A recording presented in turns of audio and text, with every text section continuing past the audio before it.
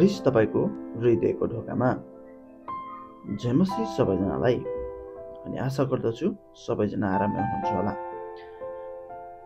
आजको विशेष गरी प्रकाश 3को 20 पदलाई हामी हेर्नेछौँ। हेर, म ढोकामा उभिएर ढटक्याउँछु। कसैले मेरो स्वर सुनेर ढोका खोलिदियो भने म त्यस कहाँ भित्र पस्नेछु र त्यससँग भोजन खानेछु र त्यसले मसँग खानेछ। क्रिस्चियन जगतमा सबैभन्दा बढी उच्चारण गरेको प्रख्यात अभिव्यक्त यो छ, ख्रिस्ट तपाईको हृदयको ढोकामा उभिनुहुन्छ। पाप क्षमा पाउन र क्रिस्चियन हुनको निम्ति येशूलाई आफ्नो हृदयमा निमन्त्रणा गर्नुहोस् पनि धेरै प्रचारकहरूले आफ्ना शून्य श्रोताहरूलाई आग्रह गर्दछन्। यदि तपाईँले यो भनाइलाई प्रख्यात मात्रामा उच्चारण गर्नुहुन्छ, बारम्बार दोहोऱ्याउनुहुन्छ र परिचितको आधारमा मानिसहरूले यसलाई स्वीकार गर्नेछ भनी कसैले भन्दछ, ख्रिस्ट तपाईँको हृदयको ढोकामा उभिनुहुन्छ भन्ने सल्लाह यति बारम्बार दोहोरिएको छ कि धेरै मानिसहरूको निम्ति प्रश्न गर्न अकल्पनीय भएको छ। कसैले विचार गर्दछन् कि मुक्तिको पहुँचको निम्ति यो भनाइ व्यापक रूपमा फैलिएको छ र अभिव्यक्ति निकै प्रसिद्ध छ कि निश्चय नै यो भनाइ धर्मशास्त्रमा पाउन सकिन्छ। यसलाई महसुस गर्नु कति दिक्क लाग्ने हुन्छ कि यो भनाइ धर्मशास्त्रमा पाउँदैनौँ र सामान्य रूपमा बाइबलले यो शिक्षा सिकाउँदैन।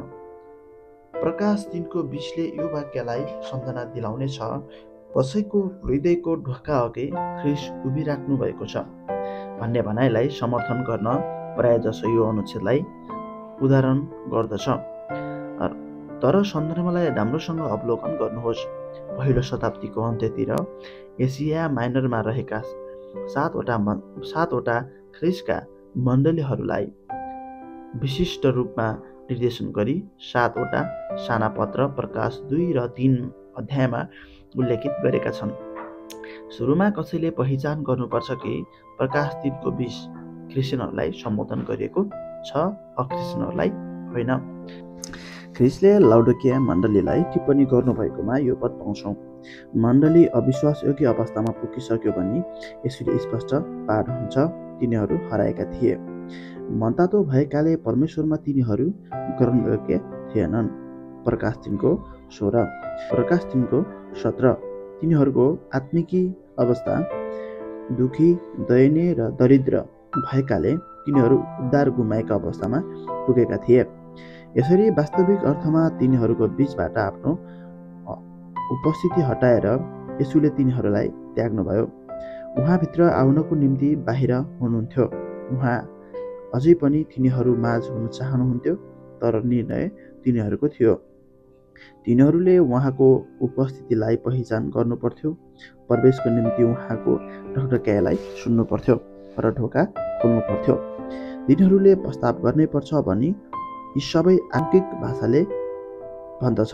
प्रकाश 3को 19 परमेश्वरको निगाह पाउनको निम्ति तिनीहरू आज्ञाकारी जीवनमा फर्किनुपर्छ। यूहन्ना 14को 21देखि 23 अक्रिस्चियनहरूले केवल आफ्नो हृदयको ढोका खोल्नुपर्छ र आश्वासनका साथ येशूलाई निमन्त्रणा गरी तिनीहरूले मानसिक वा मौलिक रूपले यसो गर्दा येशू तिनीहरूका हृदयमा आउनुहुनेछ र एकैसाथ विगतका सबै पापबाट तिनीहरूले उद्धार पाउनेछन् अनि तिनीहरू क्रिस्चियन हुन्छन् भन्ने अर्थ पनि लाग्दैन। प्रकाश 3को 20ले यो विचारलाई समर्थन पनि गर्दैन। पतन भएको मण्डलीमा येशू पुनः प्रवेश गर्न खोज्दै हुनुहुन्थ्यो भने प्रकाश 3को 20को सन्दर्भले देखाउँदछ। के बाइबलले येशू मानिसको हृदयमा हुनुहुन्छ भनी सिकाउँदैन र अवश्य नै सिकाउँछ, तर धार्मिक संसारले सल्लाह दिएको तरिका अनुसार होइन। विश्वासद्वारा ख्रिस्ट हृदयमा बास गर्नुहुन्छ भनी एफिस 3को 17ले भन्दछ। बाइबलीय सत्यतालाई सुनिसकेपछि मात्र विश्वास प्राप्त हुन्छ। रोमी 10को 17 बाइबलीय सत्यतालाई पालन गर्दा हरेक व्यक्ति विश्वासद्वारा बचाइन्छ। हिब्रू 5को 9, याकोब 2को 22 र 1 पत्रुस 1को 22। जब हामी हाम्रा हृदय खराब विवेकबाट छर्कोद्वारा सुखाए हामी हाम्रा पापबाट पश्चाताप हुन्छौँ र शुद्ध पानीले हाम्रो शरीरलाई धोएर हामी पानीमा बप्तिस्मा लिन्छौँ। साँचो हृदयले विश्वासको सम्पूर्ण भरोसामा हामी परमेश्वरको समीपमा जान्छौँ। हिब्रू 10:22। तब ख्रीष्ट हाम्रो जीवनमा प्रवेश गर्नुहुन्छ। ख्रीष्टलाई स्वीकार गर्ने नयाँ नियमको सही तरिका यही नै हो। हस्त श्रोता मित्र, आजलाई यति नै। फेरि आउँदो दिनहरूमा तपाईँको बिचमा यस्तै परमेश्वरको वचन लिएर आउने नै छु। यदि तपाईँ यस्तै वचनहरू सुन्न चाहनुहुन्छ र अझै परमेश्वरलाई घनिष्ठ रूपमा चिन्न चाहनुहुन्छ भने यो पेजलाई लाइक, सेयर र सब्सक्राइब गर्न नबिर्सनुहोला। धन्यवाद।